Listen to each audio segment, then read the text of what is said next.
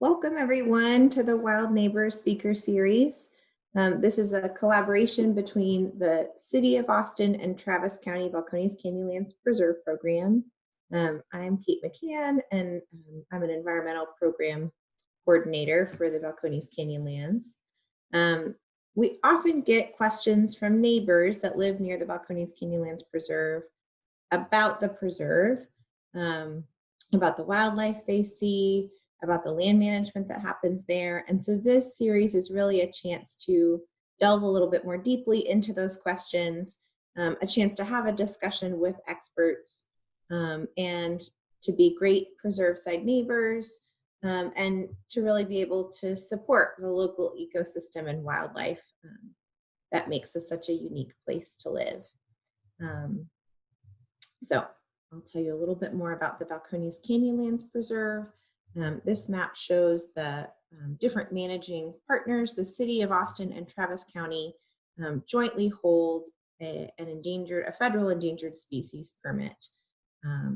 We're joined by other partners in this effort, from Wild Basin to the Nature Conservancy, West Cave Preserve, Travis Audubon Society, the Lower Colorado River Authority, the City of Sunset Valley, and some other land managers too. And together, all these protected tracts make up this large system of endangered species preserve that we call the Balcones Canyonlands. And this preserve protects habitat for 7 endangered species. 6 of those are karst invertebrates.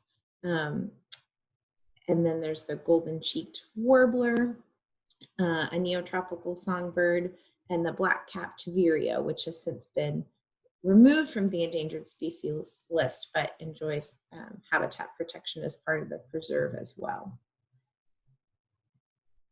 So here's a map of Travis County, and just to give you an idea, all of western Travis County is potential habitat for the golden-cheeked warbler. This is its breeding ground. This is a critically important area for this species to be able to reproduce and thrive. So you can see in green, about 30% of that habitat is permanently protected. That means that the other 70% of potential habitat for this species in Travis County is available for development. And so the preserve is really a way of mitigating for that development, of making sure that we're both able to protect the unique species that rely on our area and to grow our human habitat, to have the infrastructure, the roads, the power lines, the housing and buildings that we need to thrive as a community. So it's really a great compromise. And the preserve includes places that you might already really know and love. Often people don't realize that Mount Bunnell and Hamilton Pool, Emmelong Park, that these are places that are all part of this urban preserve that both allows us to protect these ecosystems for ourselves and for our wild neighbors.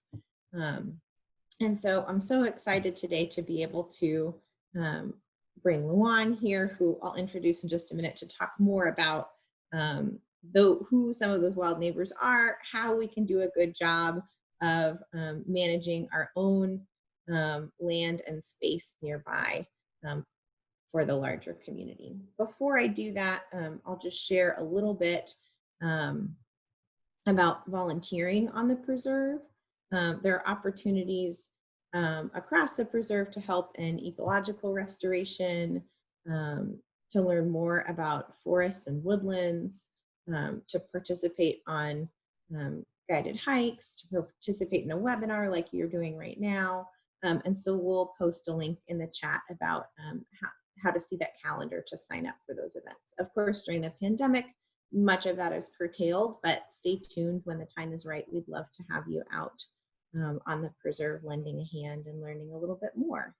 A couple of pieces of business for today. Since this is a webinar, you'll be able to hear the presentation, and then you can submit any questions or questions that you have in the Q&A function. So near your navigation buttons, you'll see a Q&A option. And so you can put questions for Luan there, and Audrey will ask those at the end of the talk. I think those are all the things you need to know. With that, I'll let Luan bring up your slides, and I'll tell you a little bit more about her. She's an environmental program coordinator for the City of Austin's Parks and Recreation Department with the Natural Resources Division. Luan holds a bachelor's degree in history and psychology from Dartmouth College and a master's of environmental management from Duke University. She coordinates the Wildlife Austin program, and that maintains the City of Austin's Community Wildlife Habitat Program and champions city status as a Mayor's Monarch Pledge City. As part of a larger land management team, Luan assists with the management of the Austin Nature Preserve system through the coordination of habitat restoration as well as community education. So she's a wealth of knowledge and a really fun person to work with, and we're so glad to have her here to share for the Wild Neighbors series. I'll turn it over to you, Luan.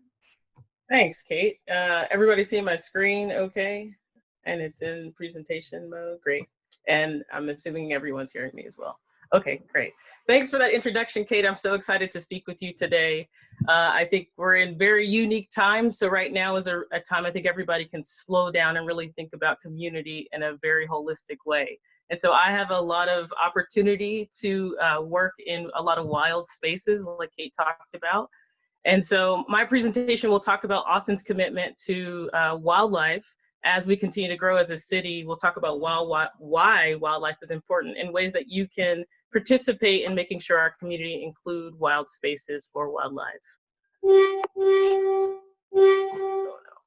Okay, great. So just to give you an overview, I'll talk about the program that I manage, the Wildlife Austin program. And I'll also talk about locations that you can visit that are on parkland and public space that garden with wildlife in mind, and they particularly show you implementable steps that you can do in your landscape, whether that's a patio or whether that's several acres, that can attract wildlife and deter any negative interactions you may have with wildlife. And like Kate said in my introduction, we also are a champion city with the Mayor's Monarch Pledge with the National Wildlife Federation. So we have a demonstration garden at Zilker Caretaker Cottage. I'll talk about that and talk about some of the important elements that you can visit and talk to folks about how to do this in your landscape. And then we'll dig into some threats to wildlife and then some steps that you can do right now, some festivals that you can partake in, and then we'll answer any questions that you have.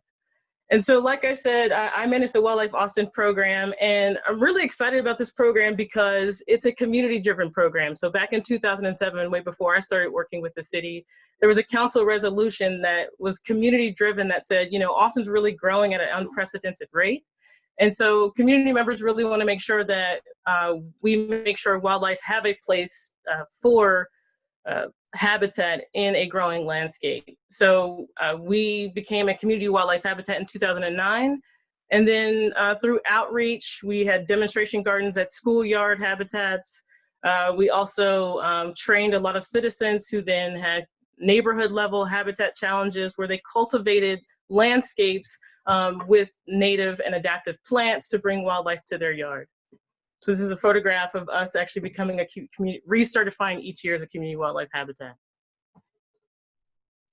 And so through a lot of those efforts, we've been rated above Portland, Oregon, I'd like to say, which I'd like to brag about to all my Portland fans, that we've been rated #1 for wildlife 2 years running. And that's because we have the largest urban bat population, but we also have, on a residential scale, the largest certified habitats with the Community Wildlife Habitat Program. That includes residential as well as schoolyard habitats.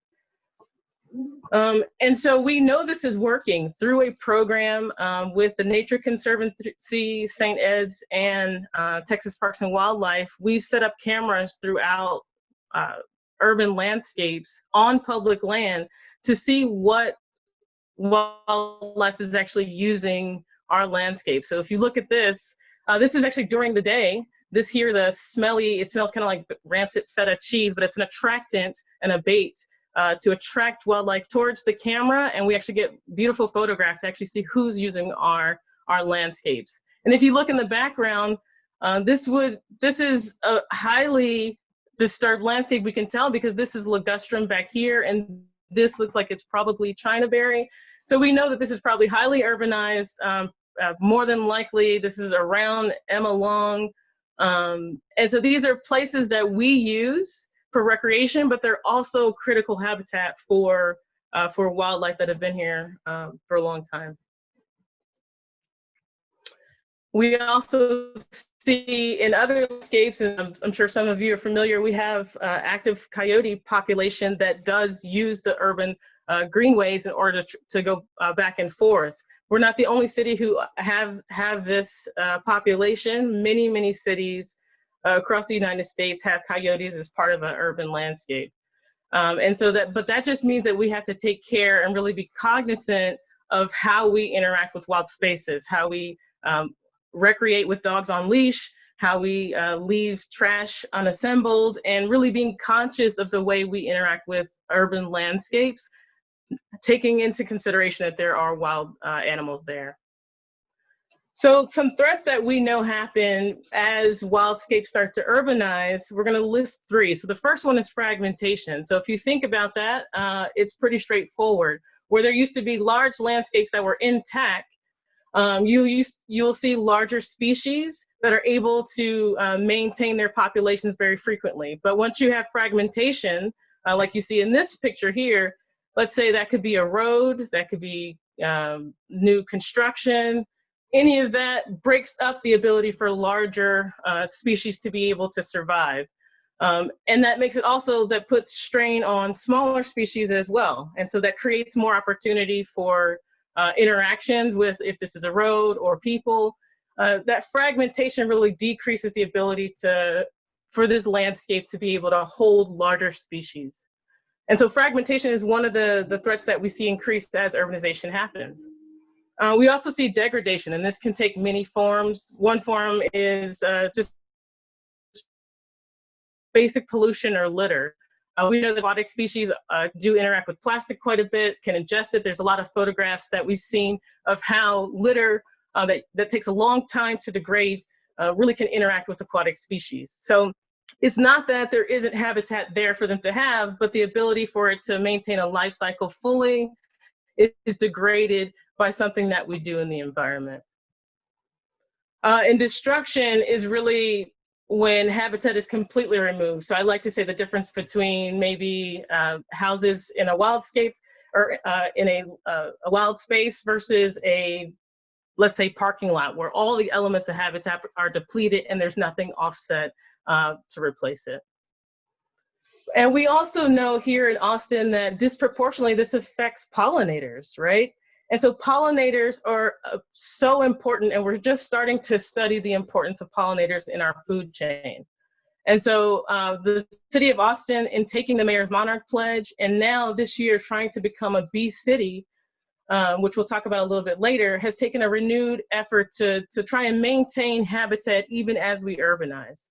So if you don't think that they're important, up to 80% of all plant species are pollinated, mostly by insects. So that means 3/4 of most human food crops require insect pollination. So that's a unpaid for resource that we get from our ecosystem that is in decline because of increased urbanization. So what we can do is we can really take consideration as to how we landscape the areas that we control.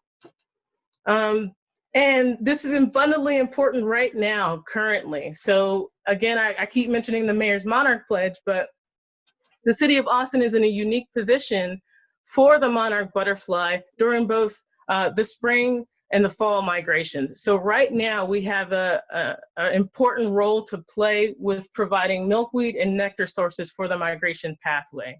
And so as an urban landscape, what we plant in our yards and how we interact with wild spaces and who we talk to about the wild spaces that we manage have an impact on whether we'll see this wildlife in future generations. So as part of that Mayor's Monarch Pledge action items that we took, we're doing public information campaigns such as this one, We're also encouraging planting native milkweed sources. And that means that the mayor actually issued a proclamation directing the city to make sure that we're taking in consideration pollinator sources or nectar sources and host plants as we're making decisions about what seeds and what vegetation we plant on city landscapes. We also changed our mowing patterns so that we can make sure we have fall nectaring sources and we're not cutting them down premature to their usefulness in pollinator life cycle. We also have a robust invasive species removal program. So it's something that we do quite a bit on the lands that we work in. So I work with the City of Austin Nature Preserve System. So that's a group of landscapes that we manage, particularly for pollinator decline, as to offset that as we grow as a city. I also manage a program called the Pollinator Challenge, which we'll talk about a little bit later, which is a residential landscape challenge to homeowners or renters who can have an impact on what species we have in landscapes across an urban landscape or across the urban gradient. So you actually can get involved in this right now. So Pollinate Austin is a group of citizens who understand the importance of pollinators in both urban, rural, and all landscapes, and providing food for us really free of charge. And so there's a group of citizens who are helping the city of Austin become a bee city with the Xerxes Society. That means each year we're trying to take steps, whether that's through education, whether that's through supporting local businesses, to spread the word about the importance of pollinators. So if you're interested in that, you can email this email and let us know that you're interested, and we can talk to you about how to get involved in the future. We also, right now going on, we have our annual Roots and Wings Festival. This is a festival that we have each year. Normally it's in person at the Zilker Botanical Garden and at satellite sites, but now it's virtual just due to the circumstance of COVID-19. But that means we still want you to be able to celebrate with us the importance of Arbor Day and Monarch Appreciation Day. So we want to just say how unique Austin is in the landscape for us to be able to celebrate how, even as a growing city, we have a really important impact on pollinators and the urban canopy that we all care for. So if you want to join that, there's a lot of events going on live. There's rootsandwingsfest.com. You can sign up to a pledge, different action items that you can do as a resident. So how can you help right now with pollinator decline? So here are some actionable items that you can do, and you don't have to do them all at once. You can phase these all in, but here's some things to consider.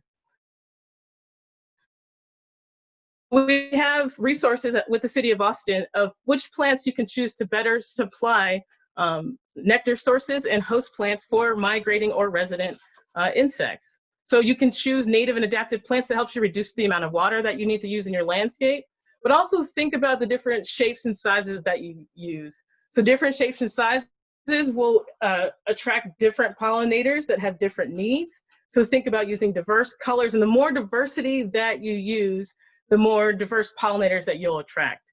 And also we also often think about springtime or summer as when is the most exciting time in the garden or exciting time in the landscape, but also think about those pollinators and wildlife that need nourishment throughout different seasons. So think about planting with different heights and growth habits so that you have nectar sources or food sources throughout all seasons, such as now and towards the winter. Another thing to consider in your landscape is making sure that you have a diversity of things. So instead of just one type of ground cover or one type of maybe tree species, think about planting with edges and really allowing them to grow together. This really, wherever you have an edge or a change in landscape, you'll often see that will attract different type of wildlife. And we'll see how that applies to birds as well. So this is a diagram I use often that talks about diversity when you think about it on a horizontal landscape. So when you look at just diversity in a landscape, like different types of trees or shrubs and different times that they bloom or that they have food sources, also think about where that diversity occurs in the horizontal plane. So different birds, for example, will have different needs throughout the season and will show up in the landscape at different heights within the canopy. So think about areas in which you can maintain some of those edges and maintain that middle canopy to attract different species. And the city of Austin recognizes the importance of applying some of these tactics. So you can actually get your yard certified, or your landscape or your patio. It doesn't have to be land-based necessarily. As long as you have these 4 elements and apply a 5th practice, which is apply food, water, shelter, and a place to raise young, all while trying to make it all sustainable with less input. So incorporating food. So you can do this with putting out a feeder. That's what comes to mind to most folks. But you can also do this by what we talked about earlier, which is putting more native plants within a landscape. And so you think about plants that have different seasonal interests. The more you can combine those different seasonal interests, the more you're able to provide for different wildlife. Incorporating water. This one's probably the most difficult and the one I get the most questions about, especially considering the fear of mosquito. That's a very real one here in Central Texas. But you can think about water in different ways. I see a lot of people just put out a small plate, or they'll have a non-pumped pond with gambusia or mosquito fish, or they'll put a small pump in it. Think about different ways that you can put water in a landscape. Is often very critical in dry summer times. But I would say take care to make sure that any open water that you have either has a mosquito repellent, mosquito fish, and we can talk about ways to actually mitigate that. But it can be a critical element and is a requirement if you want to get certified with the National Wildlife Federation. Cover. So cover can take a variety of forms, whether that's not mortaring bricks within a dry stacked wall, or whether that's allowing a little bit of overgrowth so that there are different species that are allowed to nest within ground cover. So think about incorporating cover in a variety of circumstances in order to provide nesting sites for wildlife. So in places to raise young, think about this very liberally. So that could be a bat house or a bird house, or it also could be just taking into consideration which plants attract which species as a host plant. And so this is an example of a milkweed variety that some people cultivate. Definitely grow something local to your area. And sustainable gardening practices. These are all great practices that the city of Austin will often compensate for. So whether that's reducing your watering, your supplemental watering by the use of rain barrels, using mulch, which is supplied by the city often during normal non-COVID times through recycled brush, and then reducing the use of pesticides as much as possible within a residential landscape setting. And of course, the city of Austin has residential composting as well. So I mentioned this a little bit earlier, but the city of Austin also, in addition to providing the prepaid application for residents, we also challenge folks, if you have a little trouble matching, like if I want to attract which pollinator or which butterflies that I see, that I enjoy, to the yard, how do I match that up and how do I incorporate it in the landscape? Sometimes that can be overwhelming and daunting. And like I said earlier, start small and go from there. But we do have a pollinator challenge, if you're able to do this, that actually matches up different seasons and different host plants to whichever plants that are recommended. And so there are resources on there that help you to actually start those steps together. And if you have questions, we're always available for some guidance into right areas of where you can choose plants. So if you're interested in that, my email information is in the back. Again, we supply a free sign if you're able to do them all and get you certified with the National Wildlife Federation. And if you are more experiential and just would like to see some landscapes, and if you are able to go out and about, there are some examples of this as part of becoming a community wildlife habitat. We got the City of Austin Parks and Recreation main office as a community wildlife habitat that's at 200 South Lamar. This is a resource that shows different landscape designs for different types of gardening for wildlife, or if it's shade friendly, and different landscape templates that you can see in real time. And I mentioned this earlier, the Zilker Caretaker Cottage, which is down near Barton Springs. The park ranger station is a demonstration habitat. If you're able to go, normally during non-COVID times is a great time to visit, but you're still able to walk around it and see an outside demonstration of plants and what a certified habitat looks like. So if you have any questions or would like to discuss backyard habitat, pollinators, community wildlife habitat certifications, I'm always available via email is the best way to get in contact with me, and happy to answer any questions you may have. Thanks.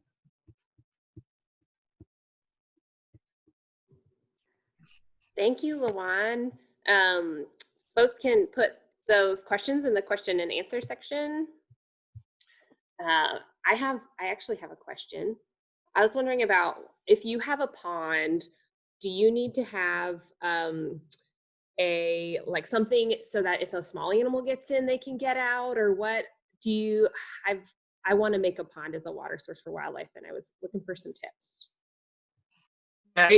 Great question. We do. We say so a lot of people start off with a small stock tank or small bucket. We say no more than an inch before you need some sort of platform, because amphibians or small rodents will fall in and sometimes can't get out the edge. So it's better if you have sort of a stair step for any small critters that may get in and really use it as a critical water source. You want to be able to provide the water source, but not put them at risk. So great question, Audrey. Great. And then I have a question. Any suggestions for apartment dwellers? Yeah, great question. So it depends on how excited you can get your neighbors, but also what your apartment situation is. So you can create a habitat on a patio if you have an outdoor landscape. But sometimes I've seen where if you're a resident who's been there for a long time, approaching the landscape committee or approaching renters or the owner who may have more of an investment about some of the rebates and about some of the benefits of wildlife gardening, can do it on a larger scale. So there are, if you're just interested in starting small with your own landscape, there are patio friendly options. But also, if you're thinking about the larger landscape, think about some of the owners and how we can approach them. Great, thanks for that. And we have a question. Do you have any comments about anything to consider in your wildlife habitat to lessen snakes on your property? Yeah, so yes and no. So I think snakes are a reality for living in Central Texas. And I'm not originally from Central Texas, but I've been here for quite a bit. And so a couple of things that I've noticed is whenever there's a lot of construction, I see increased reports on Nextdoor and other locations of snake sightings and unfortunately fatalities as a result of those sightings. So I haven't seen any successful deterrents, but I have seen people change, I guess, the culture around snakes to be more cognizant of when they're around, because snakes play an important role in the ecosystem. When you see snake decline, you see increased rodents and other nuisances that people associate with the snake food chain. So I think just creating a culture around being cognizant of when they're around, making sure you're being conscious of when you're moving things outside. I mean, it's a very scary reality, but not all snakes are venomous either. So we can share more information. I know the park rangers have a presentation that's available that talks about the different types of venomous snake. And there are only 4, but there are a lot of snakes in Texas that aren't venomous. And again, they play an important role in the ecosystem. So I hope that answered your question some. Great. We have another question. If your yard is National Wildlife Federation certified, do you have to certify once a year, or is it certified for a limited period of time, or how does that work? Yeah, great question. So we don't currently have a mechanism to recertify each resident each year. There's just under 3,000. I believe the last time I checked it was 2,800, and so new or certified habitats within the city of Austin. So right now, as it stands, it's once you're certified, you're certified. But I know that there are a lot of residents actually go for the next certification, which is Texas Parks and Wildlife's Wildscapes. So to answer your question, not each year. The city itself does have to recertify each year as a community wildlife habitat, which means we have to continue our efforts that we started when we became a community wildlife habitat back in 2009. Great.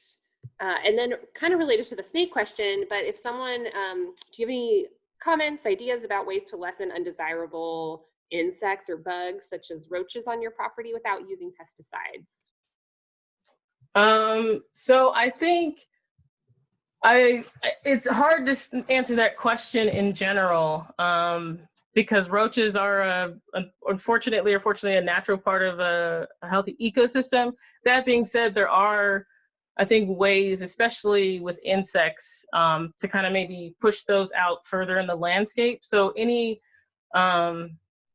stacks of wood often or decomposing material near the house will sometimes encourage those things to come closer. So sometimes it's about balancing how close those things are in the landscape, if that answers your question. And so sometimes brushing up and limbing up closer to the house will help keep that further away. But again, I think it really kind of depends on what you're controlling for. I feel like I'm giving you a very general answer, but I hope that helps. Great. And then, so a question for you. Do you ever speak at HOA meetings? Do you speak to neighborhood associations and HOAs? I do. It's something we've done more definitely in the past, but I think we should do more now virtually. So my email address was at the end, and I'll make sure that it's shared with everybody so that you can see it, but just reach out to me and we can talk. I like to have a little bit of information beforehand because I feel like a lot of times people misunderstand the intent around community habitats. And so there's a great way to do it that's sort of blending wild elements without neglecting landscapes. So wild landscapes still require maintenance, and that often provides an opportunity for community discussion around what landscapes look like. So definitely we do. And then Johanna had a really fun fact to add to pesticide-free insect management or bug management is that possums eat ticks. Anyway, hot tip of the day. So we have a question. Any recommendations on how to prevent bird fatalities when they hit a large window, not being able to see it? It's so sad. And this person has had a number of hummingbirds die in the backyard because of that. So I don't have any direct experience with this, but I know that there was a discussion with some habitat stewards, and I know that they do sell screens that you can put on windows that are supposed to make it slightly more visible. I don't have a vendor for that though, but I think a Google search will probably pop up some recommendations about that, or whatever browser you'd like to use. But no, I know like if you're talking about apartment building scale, I know that there are different types of windows that have a visible layer to it that makes it difficult for birds to mistake it for either another bird or a clearing. But I don't have a recommendation for that, I'm sorry. I know we at work at our Wildland Conservation Division offices have some kind of, they're like strings that hang down in front of the window to avoid those. There's also, I know, decals. Some are really, you can get cool looking decals for windows that just, I don't know what the effectiveness is of one versus the other, but I know they're out there, and that's a great question and something to really think about. So thanks for that. Another question, do you have tips for growing native milkweed, and what's the difference between native milkweed and tropical milkweed? Yeah, so great question. So I think tips kind of really depend on the type of milkweed that you're growing. And I would recommend looking at the Lady Bird Johnson Wildflower Center as a resource for recommendations on growing and what types grow where. And so tropical milkweed is a species that's not native to Central Texas, and it's native to further south of here in Mexico and further. And so there is some indication that that milkweed is it will flower longer, and there's some belief that it will encourage monarchs to stay longer and alter their migration patterns. And so the recommendation is to use native milkweed species because, one, we know that they are native to this landscape, so we know how they respond to Central Texas, and they're more likely to grow well in this area. But we also, I think it's easier to grow tropical milkweed in residential landscapes. And so if you are already growing it, as opposed to tearing it out, we recommend you just cutting it back in early October. So we try to encourage, if you're growing it for the first time, really try and grow native milkweed because that's what's adapted in this landscape for so long. A great question. Another question, is there any kind of repellent or deterrent to keep stray cats out of a yard? This person has a certified wildlife habitat in their yard for many years and have really loved watching all the wildlife and enjoying the yard, but the cats are becoming a problem and eating the wildlife. Yeah, this is a problem I also share with you quite a bit. And no, I mean, so I have come to community groups to talk about the impact of cats on wildlife efforts. So that's one thing I can offer.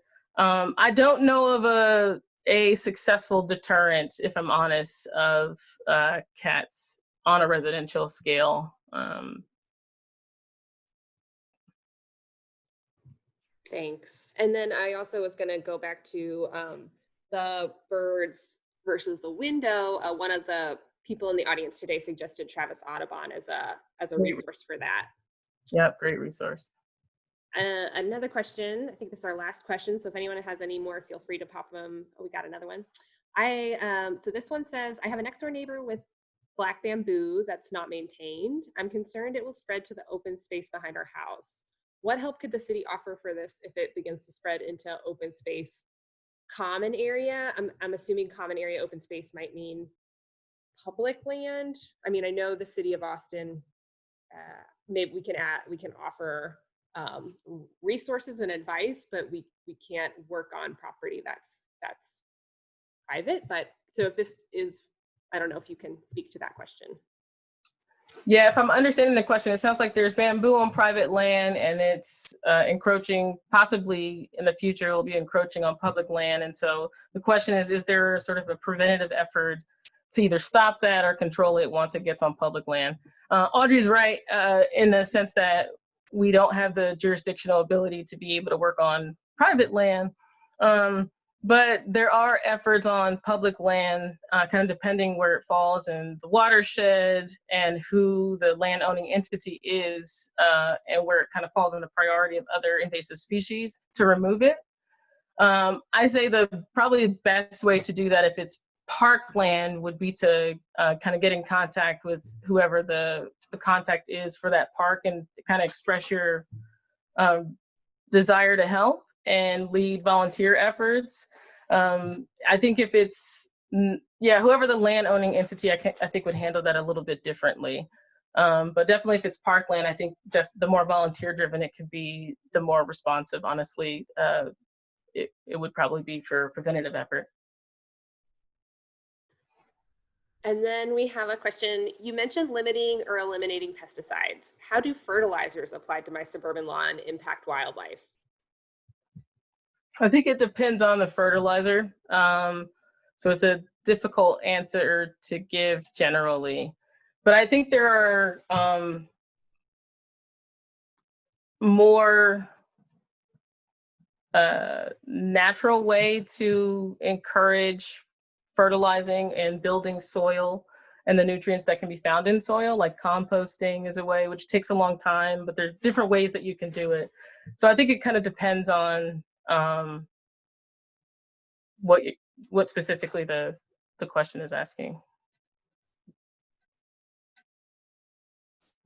Great. Yeah, if that person wants to add any follow-up questions to the question, please feel free. Do you have any assessment about how much damage to wildlife is inflicted by pets in or around Austin, specifically domestic cats? I heard it's a huge problem and is being taken very seriously by other countries. Yeah, so that's a great question. Animal Services may have some information to that regard. The only mechanism that I'm aware of, I can tell you, we don't. My department doesn't collect that, so I can't speak to those numbers directly. I would guess it may be Animal Services or through 311 information taking in those type of reports. I know that there are national numbers given by the, I think, Humane Society, and National Wildlife Federation does as well, but not locally that I'm aware of. Kate or Audrey, I don't know if y'all are aware of any count. I am not. I don't know if Kate is. Kate can chime in. I'm not, you know, it's one of those really tricky things is we were talking earlier about preserving land for endangered species and also using other parts of that land for this human-built landscape. And I think it's one of those things where we really value and want an ecosystem. And for so many people, they have, you know, cats as pets.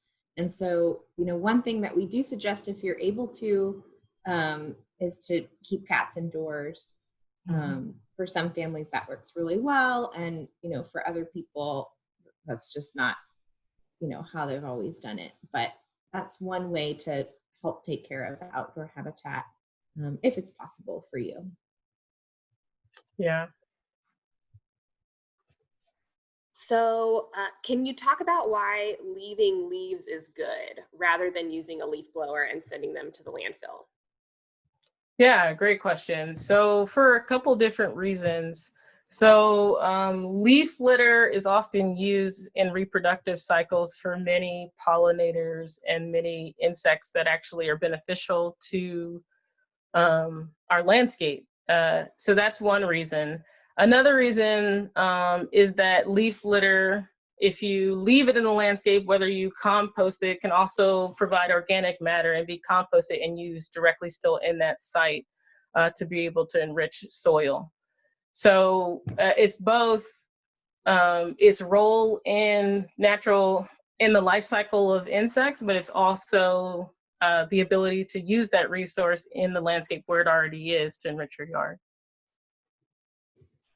And we have a follow-up about that question about fertilizer to clarify that fertilizer question. So Home Depot bag of chemicals, like a fertilizer, like a chemical fertilizer that comes from, you know, and wherever, versus like a natural products, quote unquote. This person's concerned with spreading commercial fertilizers that make their Bermuda grass greener, but may serve as a poison for critters in the yard. And additionally wonders how those fertilizers may impact runoff. I see. Okay, thank you. Yeah, so I think it's more the use, if I'm understanding it, the use of fertilizers kind of in a generic way. So I can speak to that, I think, in a couple of different ways. I think soil tests are more of an efficient way to kind of really diagnose what may be happening and what's missing in your soil.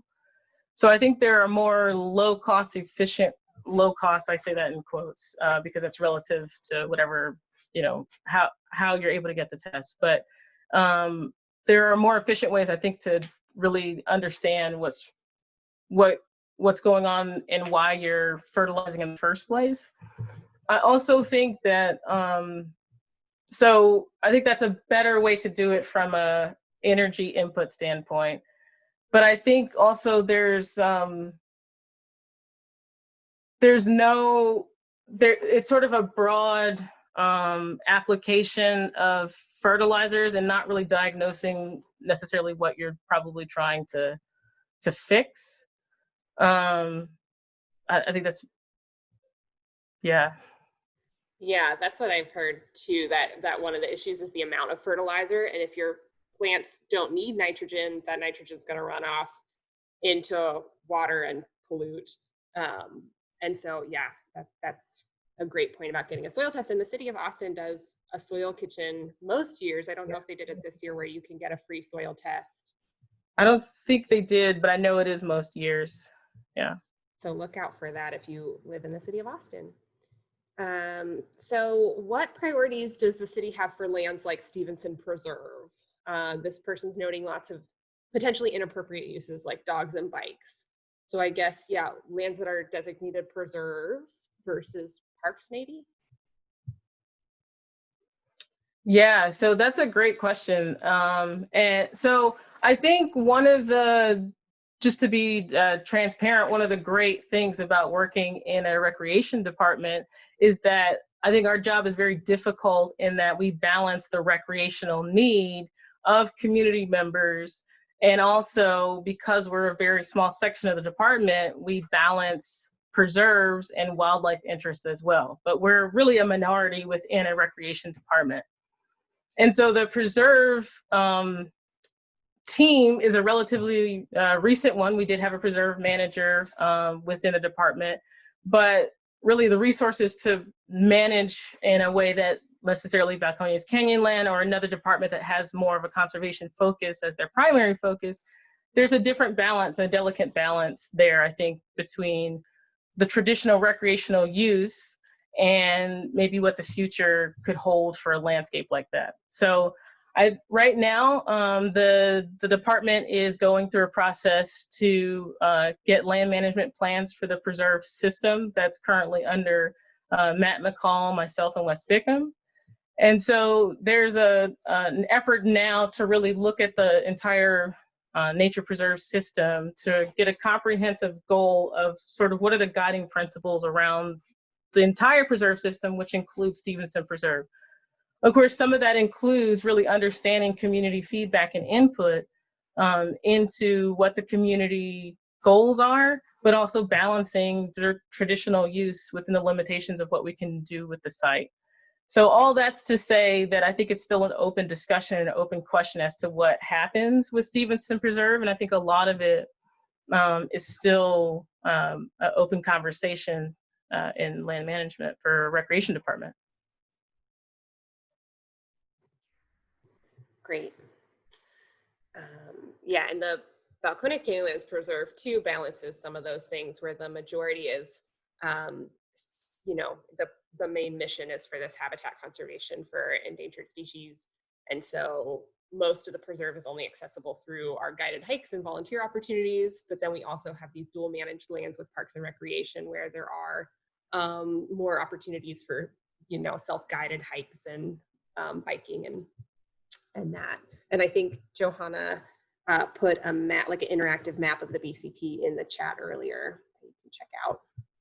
So the last question, if anyone has any more questions, go ahead and put them in the Q&A. But our last one for now is, how can we protect and encourage lizard populations in our yard, particularly in conjunction with fighting a growing red ant population? So I think there's a couple of different ways. I think that's where having water sources or some sort of intermittent water source is really important for reproductive cycles. So I think that's part of it, is having a water cycle or some sort of water source in your yard actually can make a huge difference. I think also people, and this will sound as if I'm arguing against myself when it comes to the earlier answer about having the cockroach problem. But I allow vines and other things that some people may not like closer into their landscape. I allow them to grow quite often.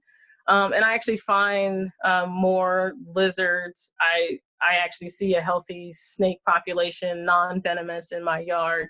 And that encourages me, because I know there is a larger ecosystem that's happening in my yard that I'm encouraging to happen. That being said, I also try and manage it as it happens and cut back things as the season, as they are allowed to seed. So I hope that helps answer some of your question.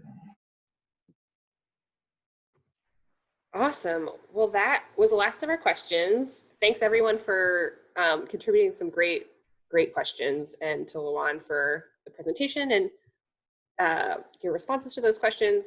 We have links in the chat to resources and Luan's email. I think we have one, and people only questions coming up is thank you. So if anyone else has anything to add, please do.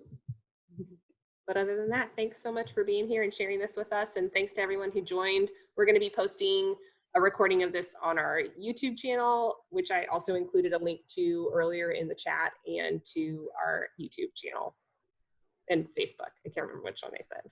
Anyway, both of those things. All of the above, yeah. All right. Thanks so Thank much, you, Luan. Thanks for coming, everybody. Yeah, thanks everybody. Bye.